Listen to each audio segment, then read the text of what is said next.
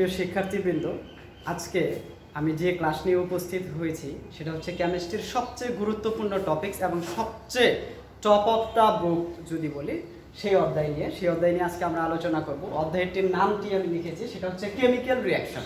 That means হচ্ছে রাসায়নিক বিক্রিয়া। যেমন আমরা ছোটোবেলা থেকে ক্লাস 6, 7, 8, 9 থেকে যখন আমরা সায়েন্সের নাম শুনতাম তখনই আমরা ভাবতাম সায়েন্স মানে হচ্ছে অনেকগুলো রাসায়নিক বিক্রিয়া এবং সেই বিক্রিয়াগুলো কীভাবে সলভ করা যেত। এবং এক কথায় সায়েন্স মানে হচ্ছে আমার রাসায়নিক বিক্রিয়া নিয়ে কাজ, রসায়ন নিয়ে যদি আমরা পড়ি তখন আমাদের বেশিরভাগ কাজগুলো থাকে কেমিক্যাল রিয়াকশন নিয়ে। আমরা আজকে ফার্স্টে জানবো যে কেমিক্যাল রিয়াকশন কী বোঝায় বা কেমিক্যাল রিয়াকশনের ডেফিনেশনটা কী। সবার ফার্স্টে আমি বলে রাখি, কেমিক্যাল রিয়াকশন একটা process. Chemical reaction, that means it's a process where the two products and added to each other and the produce a different element or different product or different yield.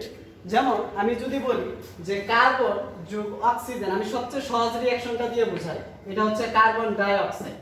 এইবার এই carbon আমরা আমাদের একটা রাসায়নিক বিক্রিয়া সবার প্রথমে যেটা খেয়াল রাখতে হবে সেটা হচ্ছে প্রত্যেকটা মৌলের বা প্রত্যেকটা যৌগের ভৌত অবস্থা কেমন সেটা তার নিচে লিখতে হবে। যেমন কার্বনের ভৌত অবস্থা হচ্ছে কঠিন, যদি কঠিন হয় সেটাকে আমরা লিখবো এস, দ্যাট মিন্স হচ্ছে সলিড। অন্যদিকে অক্সিজেন হচ্ছে গ্যাসীয় অবস্থায় পাওয়া যায়, তাই এটাকে গ্যাস। আমরা জানি কার্বন ডাই অক্সাইড একটা গ্যাস, এটা হচ্ছে গ্যাস, তাই জি লিখতে হয়। অর্থাৎ প্রত্যেকটা এলিমেন্টের যে ভৌত অবস্থাগুলো থাকে সেটা পারফেক্টলি আমাদের নিচে লিখতে হবে। এটা হচ্ছে কেমিক্যাল রিয়াকশনের ফার্স্ট স্টেপ। এবার আসি the properties of chemical reaction. Properties শব্দের অর্থ হচ্ছে গিয়ে ধর্ম বা বৈশিষ্ট্য। অর্থাৎ কেমিক্যাল রিয়াকশন হওয়ার জন্য কিছু বৈশিষ্ট্য বা কিছু নিয়ম মেনে, যেটা international union of pure and applied chemistry, যেটার সদর দপ্তর সুইজারল্যান্ডের জেনেভাতে অবস্থিত, সেই নিয়ম অনুযায়ী তাদের কিছু ফর্মুলা আছে, সেটা মেনটেন করে আমাদের এই কেমিক্যাল রিয়াকশনগুলো হয়।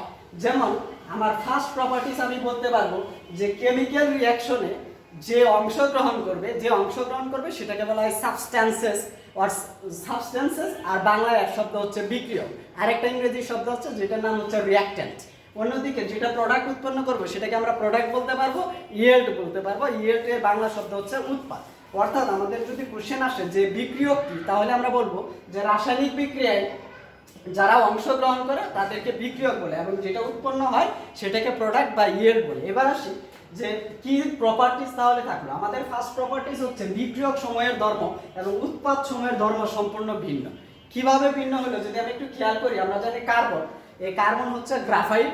কার্বনের দুইটা রূপভেদ রয়েছে, একটা হচ্ছে গ্রাফাইট আর একটা হচ্ছে হীরক। যেমন গ্রাফাইট হচ্ছে বিদ্যুৎ পরিবহন করে, অন্যদিকে হীরক বিদ্যুৎ পরিবহন করে। তাহলে এটা হচ্ছে আমাদের কার্বনের ধর্ম এবং কার্বন হচ্ছে ভৌত অবস্থা হচ্ছে সলিড। এবং অক্সিজেন এখানে উপস্থিত হয়েছে। অক্সিজেন আমরা জানি নিঃশ্বাস গ্রহণ করার সময় মানুষ অক্সিজেনটা নিই। যেমন আমরা যখন ট্রি প্ল্যান্টেশন পড়তাম তখন আমরা প্রায়ই দেখতাম ট্রি গিভস আস অক্সিজেন। তো সেইখান থেকে আমরা বলতেছি যে অক্সিজেন হচ্ছে মানুষ নিঃশ্বাসের সাথে গ্রহণ করে। অন্যদিকে যে প্রোডাক্টটা উৎপন্ন হয়েছে সেটা গ্যাসীয়, কিন্তু সেটার নাম হচ্ছে কার্বন ডাই অক্সাইড। অর্থাৎ কার্বন ডাই অক্সাইড মানুষ নিঃশ্বাসের সাথে ত্যাগ করে, সেটা নিতে পারে। অর্থাৎ বোঝা যাচ্ছে যে বিক্রিয়কগুলোর যে ধর্ম এবং উৎপাদের যে ধর্ম সেটা সম্পূর্ণ বিপরীত। এটা হচ্ছে কেমিক্যাল রিয়াকশনের প্রথম প্রপার্টি। সেকেন্ড প্রপার্টিস হচ্ছে এই বিক্রিয়কগুলোর যে মোট পরমাণুর যে নিউক্লিয়াস উৎপাদে সেই নিউক্লিয়াসের কোনো পরিবর্তন ঘটবে না। যেমন আমি আরেকটা জিনিস দেখি, যদি আমরা ইউরেনিয়াম 235কে যদি নিউট্রন দ্বারা আঘাত করতাম, আমরা জানি বেরিয়াম, রেডিয়াম, ক্রিপ্টন আরো কয়েকটা মৌলকীয়, অর্থাৎ ইউরেনিয়াম আর থাকতো না। অর্থাৎ এই বিক্রিয়ার ক্ষেত্রে নিউক্লিয়াসের পরিবর্তন ঘটেছে, তাই এটাকে কেমিক্যাল রিয়াকশন না বলে এটাকে আমরা বলি নিউক্লিয়ার রিয়াকশন।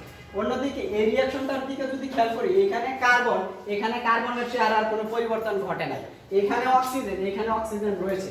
এটা হচ্ছে কেমিক্যাল রিয়াকশন, যে কেমিক্যাল রিয়াকশনে প্রত্যেকটার ধর্ম চেঞ্জ হবে কিন্তু কখনো তাদের নিউক্লিয়াসের পরিবর্তন ঘটবে না। সেকেন্ড কথা হচ্ছে এদের যে পরমাণুর যে সংখ্যা সেটা চেঞ্জ হবে না। যেমন এখানে কার্বন ছিল একটা, অক্সিজেন পরমাণু ছিল দুইটা, এইখানে কার্বন ছিল একটা, অক্সিজেন পরমাণু ছিল দুইটা।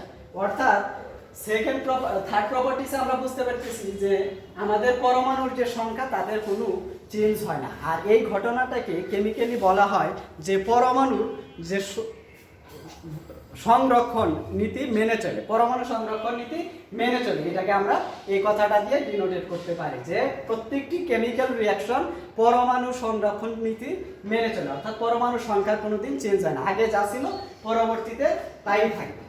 আবার এইখানে যদি আমরা আরেকটা জিনিস খেয়াল করি যে এখানে হচ্ছে কার্বন যোগ অক্সিজেন ইকুয়াল হচ্ছে কার্বন ডাইঅক্সাইড। আমরা জানি কার্বনের পারমাণবিক ভর 12, অক্সিজেনের হচ্ছে 16 গুণন 2, দ্যাট মিন্স হচ্ছে 32। এখানে কার্বন ডাইঅক্সাইডের আণবিক ভর বের করতে হবে 44। এই পাশে যদি আমরা যোগ করি তাহলে 32 12 44, এই পাশে হচ্ছে 44। অর্থাৎ each and every chemical reaction has followed by the rules, that means হচ্ছে এটা হচ্ছে ভরের নিত্যতা সূত্র বলে এটাকে, যে ভরের নিত্যতা সূত্র মানে মেনে চলে, অর্থাৎ বিক্রিয়ক সময়ের মোট আণবিক ভর বা যোগ করে যেটা হবে এবং উৎপাদ সময়ের মোট ভর সমান হবে। এটা হচ্ছে কেমিক্যাল রিঅ্যাকশনের ফোর্থ প্রপার্টিজ। এবার আমরা জানলাম যে কেমিক্যাল রিঅ্যাকশনের প্রপার্টিজ। এবার আমরা জানবো যে কেমিক্যাল রিঅ্যাকশন কত প্রকারের হতে পারে। একটা কেমিক্যাল রিঅ্যাকশন বিভিন্ন ভাগে বিভিন্ন সেগমেন্টে ভাগ করা হয়েছে। যেমন আমি যদি চিন্তা করি দিকের ভিত্তিতে, যে দিকের ভিত্তিতে কেমিক্যাল রিঅ্যাকশন কত প্রকার, একটা হতে পারে একমুখী, আরেকটা হতে পারে উভমুখী। এই উভমুখী আরেকটা বাংলা সিনোনিম শব্দ হচ্ছে দ্বিমুখীও বলা যেতে পারে। এবার একমুখী কেমিক্যাল রিঅ্যাকশনটা কি?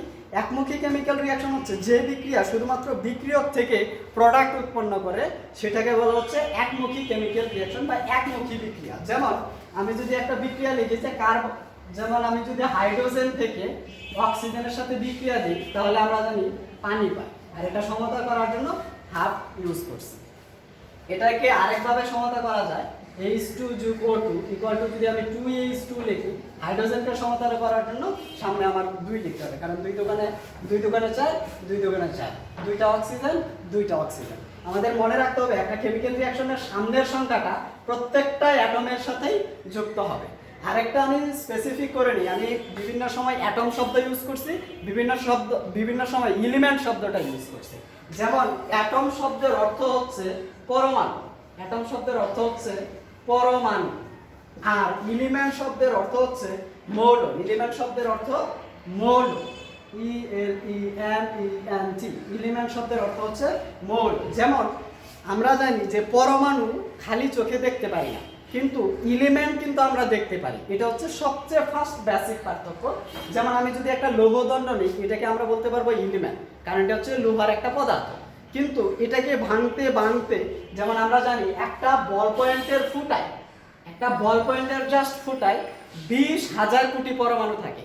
দ্যাট মিন্স হচ্ছে একটা বল পয়েন্টের ফুটাকে যদি আমি 2 বার ভাগ করি তাহলে ভালো করে দেখা যাবে না, কিন্তু 20,000 কোটি বার ভাগ করার পরে যে জিনিসটা থাকবে সেটাকে বলা হবে আমাদের অ্যাটম।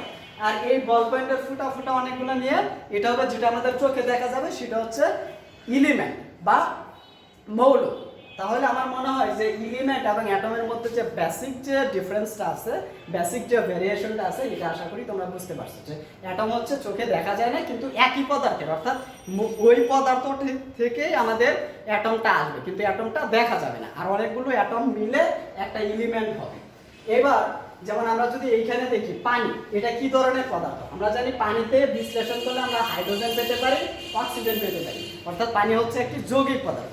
আর যদি মৌলিক পদার্থ আসে যেমন অক্সিজেন, এই অক্সিজেনকে যদি আমি ভাঙাই তাহলে ও পাবো, দ্যাট মিন্স হচ্ছে অক্সিজেনকে ভাঙলে অক্সিজেনই পাচ্ছি, এটা হচ্ছে মৌলিক পদার্থ। আমাদেরকে যদি বলে যে মৌলিক পদার্থের উদাহরণ দাও, আমরা 118টি উদাহরণ দিতে পারবো, নট অনলি বইয়ে 2টা 3টা আছে, তোমরা 118টি উদাহরণ দিতে পারবা। এক কথায় পর্যায় সারণীতে যে 118টি বর্গক্ষেত্র আছে এবং 118টি বর্গক্ষেত্রের মধ্যে যে 118টি মৌল বিদ্যমান রয়েছে সবগুলাকেই বলা হচ্ছে মৌলিক পদার্থ। এবার আমরা যেটা মূল আলোচ্য বিষয় ছিল দিকের ভিত্তিতে